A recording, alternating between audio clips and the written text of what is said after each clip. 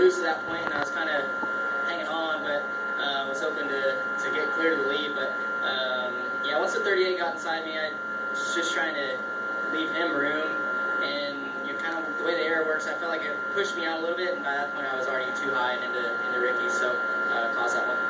Good to see you're okay. Thanks.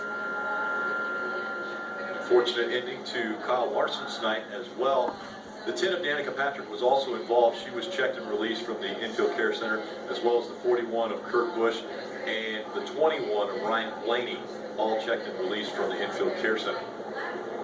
Less than 5 laps to go, and once again, we have to continue to talk about the points. Well, look, imagine the impact. Imagine if Ty Dillon wins, and that moves this cut line down. Now we have a new winner. David Reagan moves the cut line. A.J. Allmendinger moves the cut line. So just think about, we talked about how hard it is going to be to get in these playoffs. Don't forget, Paul Menard, Eric Jones. So we have many people in the top 7, top 6 that have a real chance to win this race, and that completely changes who can make these playoffs. And don't forget about Kyle Busch. He's running 9th right now. Kyle Busch still without a win. Denny Hamlin without a win. He's running 8th.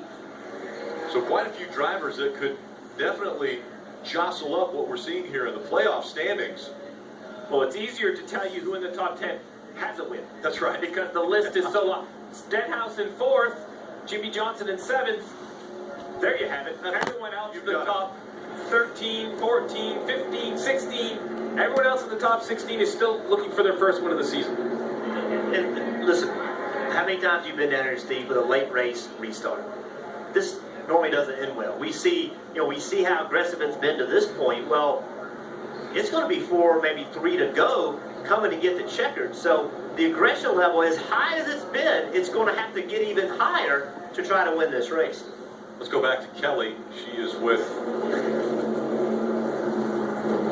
I've got Ryan Blaney, who's also been released from the care center. He ran up front much of the night there, just kind of an innocent bystander. What was the vantage point from the 21?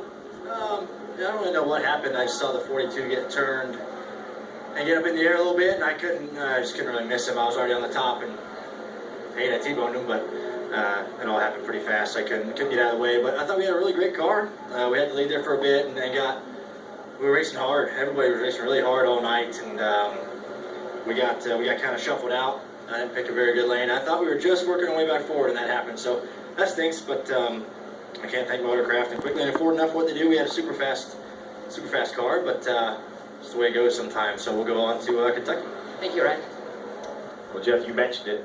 It was only a few laps ago. He was up front running with the leaders, made a little mistake, or not even a mistake, just got shuffled out, lost that track position. That got him to the back. He was working his way back up, but that's the accident that he ended up getting in. And now, interesting, Ty Dillon decides to take the outside in front of Ricky Stenhouse Jr., maybe perhaps splitting up 38 and 17, the 2 Fords. In the second row, we have Ricky Stenhouse Jr. and A.J. Allmendinger. Of the 40 that started, there are 25 still out on the racetrack. As you mentioned, Ty Dillon leading this field now. Ty Dillon, just 25 years old, from Welcome, North Carolina. He's an ARCA champion. He won the ARCA Racing Series back in 2011. He's run the Camping World Truck Series. He's run through the Xfinity Series. But now in a position where he could get his first Monster Energy Cup Series win at the biggest stage. Well, and let's not forget, we've talked about the front 2 rows, but back in row 3, Clint Boyer, 165 wins since he's been to victory races. 165 races since he's won his last race. Gone since 2012 as he gone to victory lane. He's gone over to Stewart-Haas Racing, seen his teammate Kevin Harvick win last week. I mean, nothing would be better for him to end up and breaking the long drought and going to victory lane. What I saw in that last run prior to this caution, that 17 car, Ricky Stenhouse Jr., there's some speed right there. So I think Ty Dillon's got the best car pushing. Can they complete 3 laps? That will be the question. Coming back into the Geico restart zone. 3 laps to go. Green flag back in the air. David Reagan on the bottom of the racetrack. Ty Dillon on that second line. A.J. Allmendinger pushing Reagan. And a good push he has as Reagan now has cleared that outside line. Way out in front, David Reagan looking for his third win. Could it come once again at a restrictor plate track? And around goes the 77. Eric Jones slides into the infield.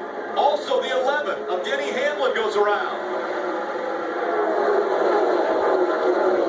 Caution has not come out yet, now it does.